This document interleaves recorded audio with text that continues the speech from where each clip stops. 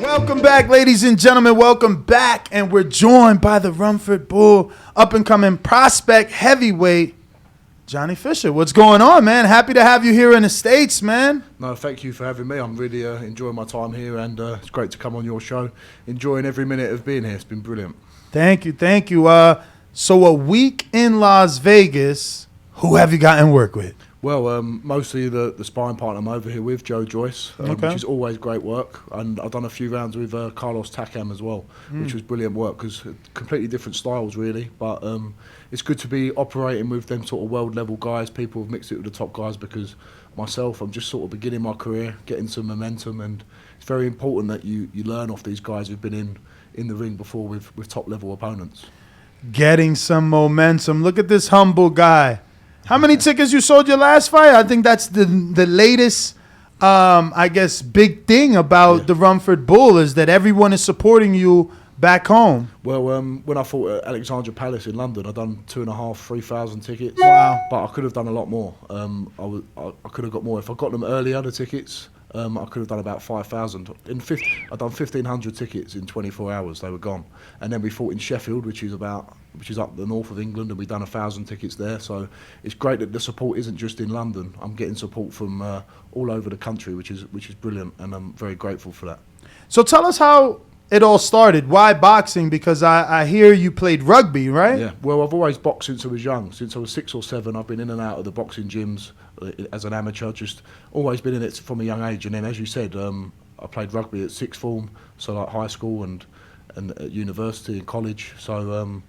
But boxing's always been in the background, and I started boxing again when I was 19 after a few years focusing on my studies and rugby, and I sort of fell back into it. I sparred a couple of guys, Dave Allen, the White Rhino, and then Joyce. And Joyce sort of is the guy who gave me the opportunity to come out to Vegas, and we built a relationship with SJAM, the management team, and they got me with Matchroom Boxing, and it's just been one thing after the other, just enjoying the moment, not thinking too far ahead, taking one step at a time, one fight at a time.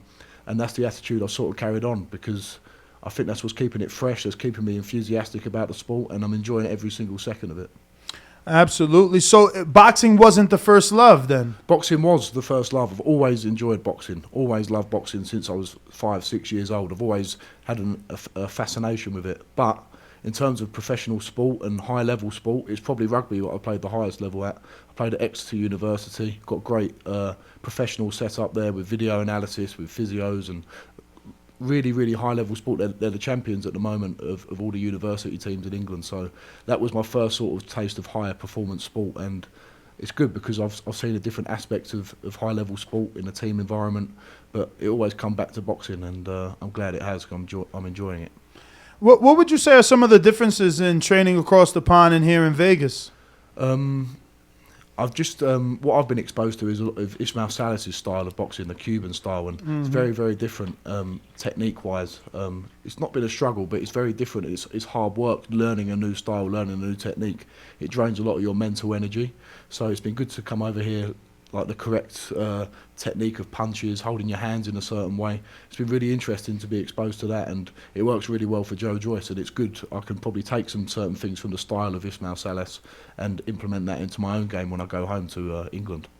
So what you're learning from Salas is just temporary, though? Like you're just picking up what you can soak in from him. It's not like you're switching trainers. No, I'm not switching trainers. I've got a great trainer back home, Mark Tibbs and Jimmy Tibbs, well-renowned where I live in London.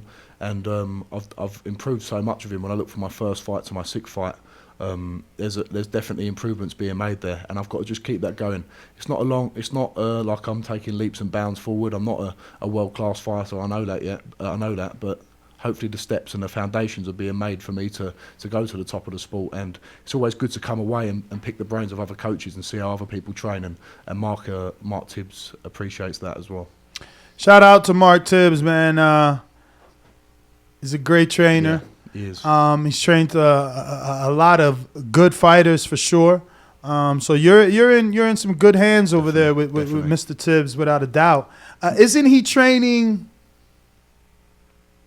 Oh my God, we've interviewed her so much. Yeah, he used to train Billy Joe Saunders. She's a female. Astrid. Ebony Bridges. And, okay. And Elle Brook as well. I think you're thinking of Elle Brook? No, I'm thinking of the girl that. Yes, that's who I'm thinking Nah, of. not Astrid Witt, the other Yeah, one. there's another one. Elle Brooke is the girl that she was fighting. And, Okay. Astrid pulled out, and then she fought someone else. But to be fair to her, she's dedicated herself to it really well, the sport. And, Yeah. Listen, I like Mark Tibbs' attitude because he thinks if someone wants to train hard, if they want to put the work in, it doesn't matter who you are, you get the opportunity. And he's a great trainer, and his personality, the way he is as a person. I really do gel with Mark really well, and it's great to be part of that setup. Johnny, I gotta ask, how was it meeting Deontay? Or was that the first time you met him? Yeah, that's the first time I've met him. It was through Malik Scott, who's got a good relationship with Joe Joyce, and really friendly guy. I was a bit nervous going up to him because I thought he's eating his dinner. I know if someone was coming up to me eating my dinner, I wouldn't be happy about it. But I was polite, and he was very friendly and obliging, and it was great to see him. Obviously, he had 3 great fights with Tyson Fury, which will go down in history, and especially the third fight, he gave it everything. And I really do think I put Deontay Wilder in that top 2-3 heavyweight bracket. I think he gives anyone on the planet a hard night's work. How did you ask Malik to throw you in there for a few rounds? See what it's like to be in with that former world champ? Yeah, listen, it would be unbelievable to get rounds with Deontay Wilder. But I spoke to Mark Tibbs before I got out here. Your job here is to do work for Joe Joyce, and if you can nick a few rounds with other people, that'd be brilliant. But you've got to be fresh for Joe, and I could go off to all these different gyms and spar people like Wilder, and there's Michael Hunter over the road as well, which would be great for me. But the professionalism in me as well, I've got to be part of Joe Joyce's camp, and it's worked well so far because I've sparred Joe, but I've also sparred a great guy in Carlos Takam as well. So I'm not putting myself out there looking, I'm going to go and spar this guy, spar that guy. The experience will come, and I'm enjoying every second of being over here. Yeah, I mean, being with Joyce and Salas, Yeah. you will have plenty of heavyweights if, like you said, you find the time and you have the energy, because you do have to be fresh for Joe Joyce. Of course. And credit to Joe Joyce for using a young, up-and-coming, hungry guy like yourself. Definitely. How has that been for you? Because you're so familiar. It's been, he actually put you on. So Definitely. how are those sessions because of the familiarity and the comfort? Well, exactly. Well, I started sparring Joe even before I turned professional. I was still playing rugby at the time. I was 19, 20 years old. And we sort of gelled, and he's brought me on. He's been a gentleman about it, really, because when I first started, I could probably last 2-3 rounds. My style was even more aggressive, and you can only sustain that for so long. And the way that he's sort of been able to progress me and use his experience to get the best out of me, now we can do 6-8 rounds and at a very good pace. And there's some, like we sparred on Friday, some great action in there. People all clapping in the gym saying how well we done. And it's good because by him coaxing me along, he's got the best out of me, and it helps him with his camps as well. And we've got a really, really good relationship. He's a good friend of mine, and I can't thank him enough for bringing me into the heavyweight mix.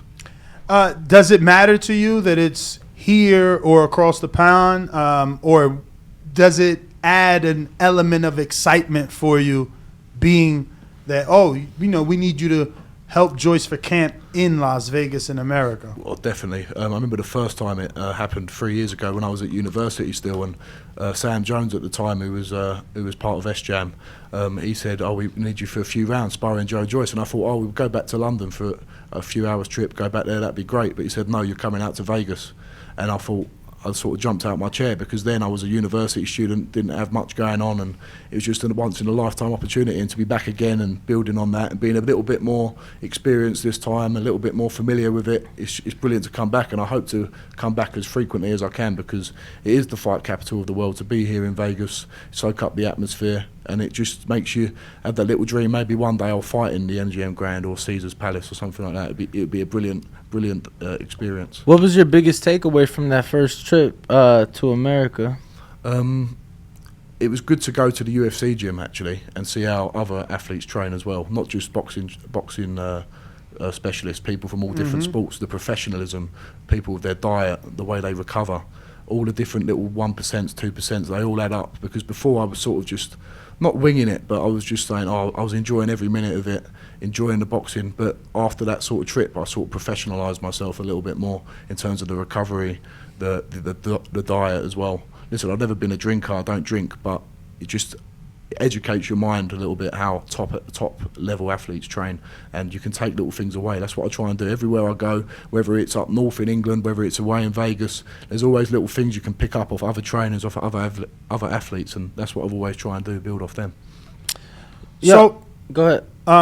So I was gonna ask. Obviously, you've mentioned during the interview you're not elite. You're just starting out. You've been very humble with where you feel you are at in your career, but you're number 13 in the UK, which puts you with some very big names in the heavyweight division, but overall in boxing as well. What's your thoughts on being 13 in the UK and, right on the list with Anthony Joshua, Dillian White, Derek Chisora, Joe Joyce, Daniel Dubois, Huey Fury, David Allen, Fabio Wardley, Nathan Gorman, David Adelaide, and even Cash Ali, Solomon, who's actually with SJ Boxing, Dakari's, right? And yourself at 13. So you're like right there with the biggest names in the sport. Well, this is not the difficulty, but this is what we've got to manoeuvre quite well, because not only is it that I've got that ranking now in Britain, but it's the amount of tickets I sell as well. So the appetite is there for me to be pushed and to be pushed and to be pushed. But one thing I've sort of realised with my team and with my dad as well, who's a big part of it, there's no rush with me. I'm 23 years old, and then we look at the heavyweights there. 30, 31, 32, 33, that's when you're in your prime. Listen, the tests will come as and when they're meant to come. But for me at the minute, I'm learning so much. I feel, even in my last fight, the relaxation in my mind and getting that nervous energy, I'm controlling it a lot better. So for me, just being in the ring, getting ring time, getting ring experience, that's going to be the key. And it's about not bowing to the pressure of people with outside forces, to my fans.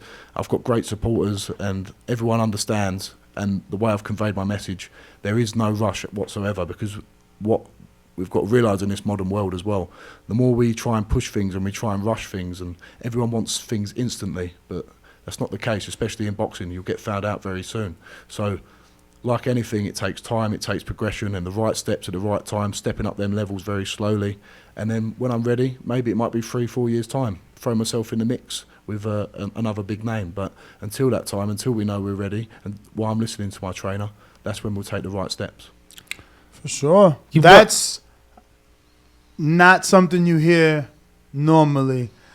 So I just want to give you credit, because most people are in a rush to say, yeah, I want a title shot. I'm ready. Yeah. Again, credit to your humbleness. And that's not me saying, listen, if someone said, do you want to fight this guy? I'm not going to back down from a fight. Of course not. You're not going to back down in your instincts as a fighter. You always give yourself a chance against anyone. But thinking in a sensible way in terms of my progression and the levels that I've got to reach, I'm very conscious and aware of where I am. And if I want to maximise my potential in this sport and see how far I can go, it's very important that we take the right logical steps to get to the top of the sport. Danny, I cut you off. You want? Yeah, no. You mentioned your father. I gotta ask, how's Big John doing? Big John's doing very well. He's on holiday at the minute in Greece. I've Probably seen. living it up, having a few beers and enjoying himself. But yeah, my dad's been great for me. He's my biggest supporter, but he's my biggest critic as well. He'll tell me when I'm doing something wrong. And when your dad tells you you're doing something wrong, he's probably always right. So it's great to have him on board, part of the team. No, I love the relationship you guys have. I love to seeing the chicken eating contest and your dad really cracks me up. So that's good to see, and I'm glad that we have you here in the studio for sure. Yeah, so. it's good that he does all my tickets for me as well, and he still does them all by hand. So he's not got a computer; he does it all written down. And he was doing like 2,500-3,000 tickets. People coming into our living room, like picking up tickets and sending them all out. So and then he writes down like so and so bought. Yeah, he writes it all down in like a little table. Fucking old school, but teach that man how to use what's the Google Docs, Excel or Google Docs. Yeah, but I don't think he'd even want to do it. I think he loves the fact that he loves it. Like his business as well. He still does it all by hand. I think that's just the way he is. But if it works for him, it works for him. For real, absolutely. Shout out to Big John. Shout out Big John. Obviously, like you said, you're not in a rush, but I feel like what the UK is known for is building up domestic rivals. Like Billy Joe and James DeGale fought at 11-0. I mean, it's just so many. I can't. You would be able to list it being from there better than I. Like look at Conor. Yeah. No world title. He's fighting his rival.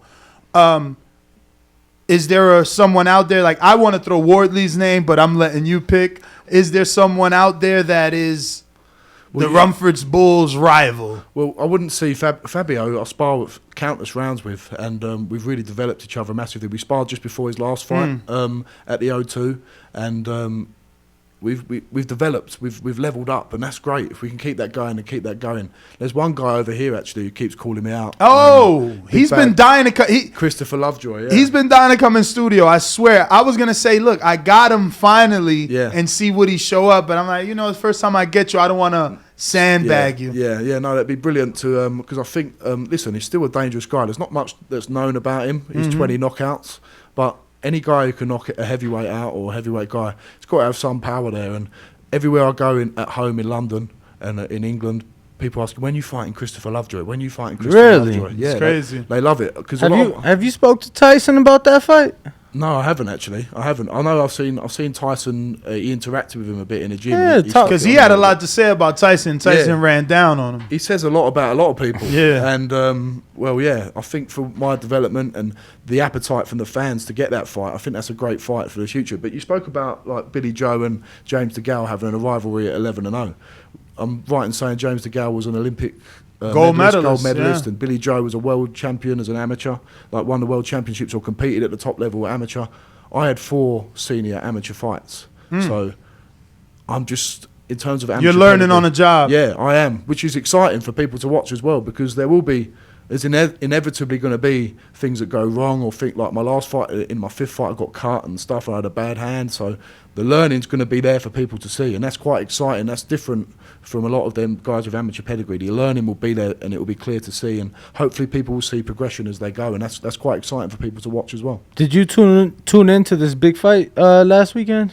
Yeah, who was fighting again? Remind me. I was watching. KSI. KSI. This past weekend. Come on, they did 20,000 in the O2. That was a big event. I did watch it, and I'm a big fan of. I like Jake Paul a lot. Okay. I do like the way I can see his progression, for example, and I think he's got talent. He can fight. But I watched the KSI, and to be honest, I wasn't impressed with the level of the opponents. I think it was a bit under par. But as you said, people tune in. It does huge numbers, so.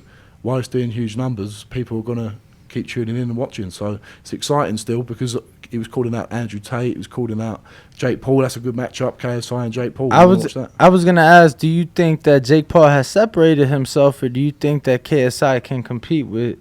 I don't think KSI can compete with Jake Paul. I think Jake Paul, he's got a good trainer in BJ Flores. Shout out to BJ Flores. I've met him when I was over here before. And he's on a different level to them guys now. And I think the Jake Paul-Tommy Fury fight is a very, very interesting matchup. But I'd still love to see KSI-Jake Paul, because KSI's got a bit of ability, but not on the level of Jake Paul. Totally agree. What do you think about, you said you'd like to see the Tommy Fury fight. How do you see that play out? I really don't know, because Tommy Fury's not got the level of experience yet either. Not like me, not that many amateur fights under his belt. It's a tough fight, because we've seen Jake Paul against Tyron Woodley, knocked him clean out. He's got power, he can punch, a great trainer, and it's how Tommy could deal with the pressure of them big nights as well. That's what we want to see. But beating Jake Paul is not going to be an easy step. You'd like to think Tommy Fury's got that pedigree in terms of his background as Fury's brother and being a part of the Fury name. I'd love to see him do it as a Brit as well. But it's not an easy night's work, and I think his team are aware of that as well. So it'll be a great matchup when they get there. Do you think, you sparred with Dave Allen, that kind of is what led you down this path? He's been retired, unretired. Is that a fight, or are you too much of friends and you rather find someone else domestically? This is the thing, right? Dave Allen was someone that I looked up to, and I was at university watching him on YouTube and stuff, and watching his fights, and I had no clue I was going to be a boxer when I first went to university. And when we first sparred, I was like 18, 19 years old, and I'm not going to lie, he taught me a lesson a little bit. He was very tough, very strong. It was just before he fought Lucas Brown. He was then he got a great stoppage for that fight. Yeah, and he was just looking in such good shape, and I'd done 6 rounds with him, and Darren Barker was... At 18? Yeah. And man, you're a very fucking bull for real. And Darren Barker's was his trainer at the time, and he always says to me, because Darren Barker works with Matchroom now, he said, you showed a certain level of toughness there that you can't teach. You kept coming, you kept giving it, you kept trying to get your shots off. You had no really experience of how to spar a top level heavyweight or a guy of that level, and listen, I took a lot away from that spar in terms of I've got the character. I knew from that point I've got the character and the cojones, what it takes to be a professional boxer. So I can take a lot away from that. And whether that means I'm going to fight Dave Allen, who knows what happens in 3, 4, 5 years' time. But I don't like to put names on things. One, because I don't need to, because I've got the following to have that progression at the pace I need. But we are all going to have to fight it one day. One day it's going to have to happen. Absolutely. So I would assume, or one would assume, that you're happy with the way your career is projecting and the trajectory of it, and with Matchroom specifically. Are you? Yes, I am happy. I'm happy with being with Matchroom and Eddie Hearn. Eddie Hearn, a world level, probably the best promoter in the game, people would say. So it's brilliant. I've got my managers as well who keep my head on my shoulders, keep me secure. My dad especially as well. Someone who's always going to be brutally honest with you is your dad. So it's important. We've got a great relationship with Matchroom, SJ and my dad, and we're building a nice little unit now. And it's just about managing and being on that right trajectory, as you say. It's been brilliant so far. It's about not getting too ahead of yourself. I know what level I'm at and the levels that I've got to get through, because even before you say you fight these big names, there's going to be tests on the way. I've had 6 fights, 5 knockouts, had a little bit of adversity in my 5th fight in terms of dealing with a broken hand and having a cut in the first 30 seconds. So even little things like that, they test your mettle and they test how well your character, and little things like that are going to progress me. And when the time is right, we'll keep stepping it up. Is Alan Babic the nemesis, the hometown rival? He's also with Dillian White, nothing to do with S-Jam. Is that something we could get cooking? Oh, you keep trying to get me to call people out. And, I'm just trying to see who rubs you the right way. Well, no one. I'm being honest. I might sound like I'm trying to be the nice guy, but I get on with these guys. Alan Babic, I fought on a couple of shows with him as well. He's an absolute warrior. I've got an admiration for his style, and he's campaigning at Bridgerweight now. And there was one other guy who was talking about fighting him. I can't. Oh, he went down to Bridger. Yeah, smart move. He fought at Bridgerweight. I can't remember who he fought, and he won a little title at that weight. And I know Oscar Rivas is the champion at Bridgerweight in a minute. So it's a smart move, because he's got that ferocity, and if he can have that ferocity at that lower weight, it's going to pay dividends later on. Because that is a smart. I didn't know that. I like that. I like the persona of the savage as well. It gets people interested. You need characters in heavyweight boxing, and we seem to have a few of them growing now, which is great, and it's bringing a bit of interest back. Even not at that top level, like the guys coming through. Everyone's got a little bit of a persona, and it's good for the sport and the grassroots level as well. What would you say is the highest accolade a fighter could be given in this sport? Undisputed heavyweight champion of the world. The heavyweight champion of the world is recognised across the globe. The baddest man on the planet. You think of Mike Tyson, you think of Lennox Lewis, them sort of guys. So for a lightweight though, what would, or a boxer in general, is still undisputed? Yeah, I think undisputed to be the king of your division, very, very important. Like you can't get any better than that. Or if you're looking at it from another perspective, to be the best of your era, to have fought everyone, but the closest thing you can get to that as a signal of that is to be undisputed, because that's a signal of the fact you fought everyone out there in your division, and you're the king of that. You're king of that hill. What did you think of that AJ fight with Usyk? I thought AJ made a better go of it this time. Was a bit more assertive, a bit more aggressive. I was actually on the plane over here as the fight was going on, I couldn't get the Wi-Fi. I was just kept asking the air stewardess, can you get the Wi-Fi, can you get the Wi-Fi? But I watched the highlights after, and it seemed to me that he could have been a little bit more aggressive in the early rounds. But you just got to give massive credit to Usyk. Always like a wasp, always finding them little angles, buzzing around, getting them jabs off. But he invested a lot more to the body this time, Joshua. He had a very good round in round 9. But, I still think I'll give it to Usyk. But it was a much better account than the first fight. How would the Romford Bull approach a fight with Usyk? Because, now 2 fights are in the history books, and people still believe AJ just needed to go be a big man. Yeah. Now they're using that round 9 as the proof. Like, look, he hit him to the body. Look at the way he reacted. How would you approach a fight with Usyk? Well, it's very easy for me to sit here and say, just go and rough him up, go and beat him up. But going to implement that is a lot harder with some of the footwork of Usyk, someone who's got that skill. But that is the most, that is still the most reasonable, the most realistic way to beat Usyk. I think back to the fight when he fought Chisora. Usyk still beat Derek Chisora, but that rough and tough mentality is the way to go. Because if I stood there and tried to out-jab Usyk or I tried to out-maneuver Usyk, I haven't got a chance. But I've got a chance because I know physically I can match his strength at least, or I've got the aggression to unloading combinations. So you've got to come forward, you've got to pressure him as much as you can. But it's very, very easy to sit here and say do that. Against someone like the technician like Usyk is another thing, trying to then implement that. How does Tyson Fury fare in that matchup against Alexander Usyk? Rumor is potentially February, Super Bowl weekend somewhere in the Middle East. So how does that fight play out in your mind? I think Tyson beats Alexander Usyk purely because of the size advantage, the experience he's got of fighting all different types of opponents. And I think if Tyson Fury needs to, he doesn't have to win spectacularly. He can find a way to win no matter what in terms of tying people up, being a bigger man, being 19, 20 stone, laying on a guy who's not a real heavyweight in a sense, where he's fought at cruiserweight most of his life, even fought at lower weights, I think, as an amateur. So, I think the skill set and the mindset of Tyson Fury is what's going to beat Alexander Usyk. So, he actually lost to Sean Porter in the amateurs. Yeah, I heard about this, actually. As a middleweight. So it's crazy to think. I wonder if Porter should have just been a middleweight. He beat Daniel Jacobs 6 times, dropped him 7 times as an amateur. Really? Well, and his father just kept making him lose weight from 165 to 47. Maybe he should have stayed, but he's short as fuck, though. Yeah, so maybe that's why he was trying to get him down. You got to fight that lighter weight. Well, who knows what could have happened? Were you in camp with Tyson for the Chisora fight, or have you ever been? I spent a week or 2 with him up in camp in Morecambe before the Wilder 3 fight, and we was up there with some good guys, and he was putting the work in, so it was good to see. What do you think of his work ethic?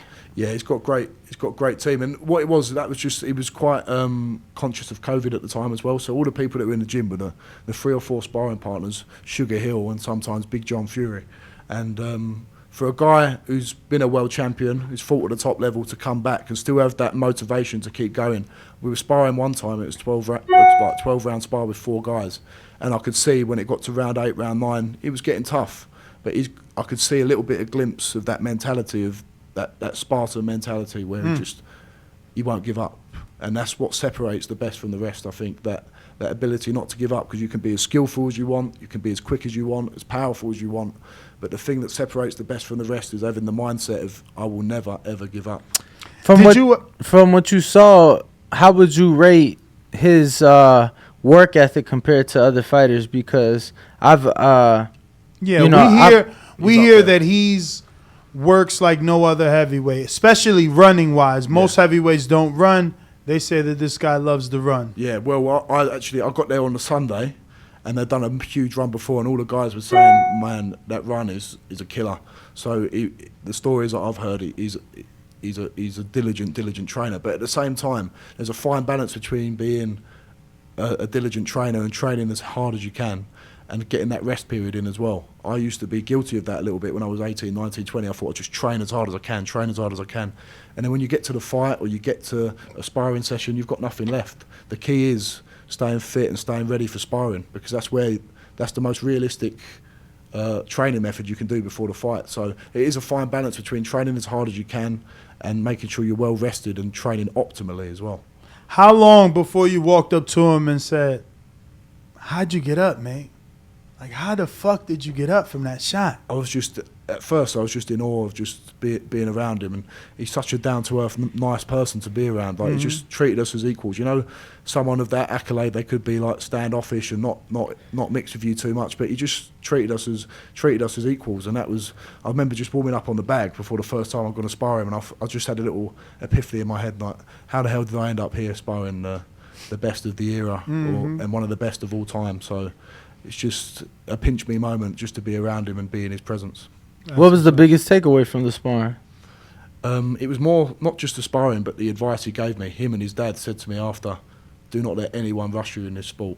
Do what you think's right and trust your dad, because your dad is the man who knows you better Which than is anyone crazy else. Because he has like 20-something fights. So, even though he took his time because of time off and inconsistencies, like his resume is getting even more stacked. But that's what, when someone like that gives you the advice not rushing. He's talking from his own experience, and he's someone who's fought at them that sort of domestic level and worked himself up and fought in America and got to the top of the sport. You can't not take that. You've got to take that advice on board, and especially from his dad, who's obviously seen it and been on the sidelines and watched. He said, "Don't let anyone rush you. Don't let anyone tell you what you think's right for you. Trust your team, and keep your team small." And that's what I'm going to try and do. Few questions from the people. James Valdez in San Antonio, Texas. Usyk versus Fury, who wins and how? But you already answered that. So any of these that we might have went over by mistake or because we asked them, you can just ignore or add if you need to add. Ruin in New Orleans says, do you plan to close the year out with another fight? Yeah, we've got 2 more fights lined up. I can't say it's not been announced yet, but 2 quick turnaround fights. One's going to be abroad in a nice location, and then we're going to come back to London, and we're going to get a nice bit of the Romford Army out in London. All right, abroad in a nice location. Yeah. We got Jazz who says, are you trying to develop your left hook?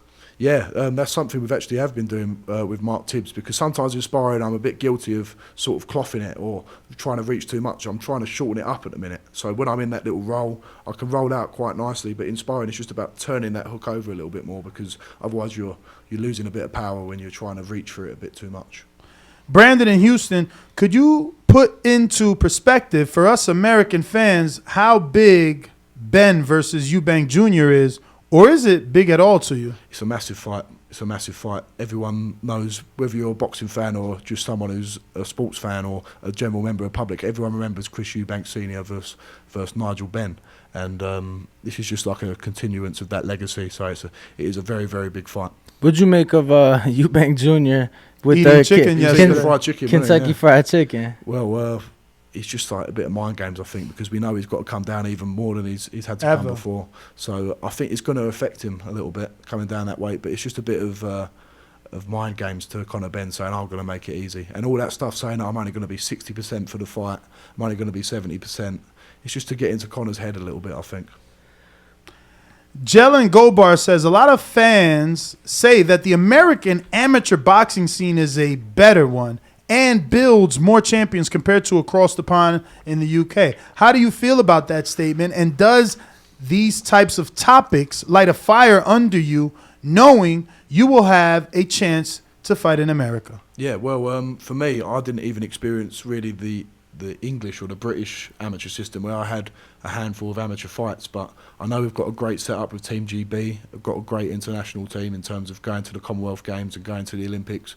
But I don't know too much about the American scene. I know you've got the Golden Gloves competitions and stuff. I don't know, do they still go on? Yeah, the Golden Gloves. You got obviously nationals and whatnot as well. Yeah. So I can imagine like the pool of talent here is probably a lot larger in terms of the population size and stuff. So, but I do know how difficult it is in the UK to be a great amateur as well, to get to the top. So I think they've both got their different aspects, but we'll see, won't we? When the top guy from America fights the top guy from Great Britain, both great amateurs, we can probably that's when you can do the measuring of it, can't you? As a British fighter and a disinterested party, right?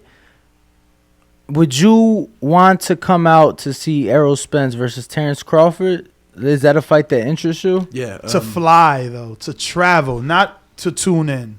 No, not to fly, really. If Okay. I'm thinking of like as a average British fan, you wouldn't be too interested. The names that come up in Great Britain are the Dillian Whites, the Anthony Joshuas, the Tyson Furies. They're the guys. They're the big pools, obviously, because they're heavyweights as well. I'm thinking of the average British fan. They're the sort of people that get brought up in conversation. So let me ask you this: Deontay Wilder, Anthony Joshua. Yeah, people would fly out for that. Where should that fight take place? We do big numbers in England, in Wembley or Cardiff in the Millennium Stadium. But I think we need to, all this boxing going to Saudi Arabia, I know the money is massive over there, but the big fights as well, the big heavyweight fights, is great when it's in the MGM Grand, it's great when it's in Caesars Palace and the Cosmopolitan and places like that. I still think we've got to try and keep it in Vegas. Vegas is the fight capital. You think back to the great fights of the 80s and 90s as well. We just want to. It's great when we go to international locations like the Thriller in Manila, the Rumble in the Jungle, but we want to keep the epicenter in Las Vegas. That's the pinnacle. So, would you say that Las Vegas for the British fight fan is the most appealing city in? Because I know New York is a closer flight. Yeah. But some people complain about the cold or maybe not as much things to do. Do you think Vegas is the most appealing for the Brits? Well, from my experience and my fans, everyone really wants that away day to Las Vegas. Everyone keeps talking about, we just can't wait till the Romford Ball or Johnny Fisher fights in Las Vegas. That's what they always say. So it'd be great to have a fight out here. But with the Lovejoy fight, I think it would be better if we have it in London because of the support that we could have over there. Everyone over there is talking about getting Lovejoy, and it'd be great to have him over in the UK. Well, he's how realistic is that fight? He's listening. He's listening. It is very realistic. I want that fight at some point, hopefully early next year. I want it to happen. We want to make it happen. It's up to Lovejoy if he wants to have it. So that's the holdup is Lovejoy. I'm ready. I'm ready to fight him. I think it'd be a great fight. So I don't know if it's I've got to talk to my promoters, say this is the fight we want. Maybe I've got to just say this is the fight we want next. But Lovejoy. I know Lovejoy came over to fight Dave Allen, and there was a bit of difficulty with contracts, with promoters and stuff. So maybe that's why there's a bit of a hold up. But we'll be ready, maybe early next year.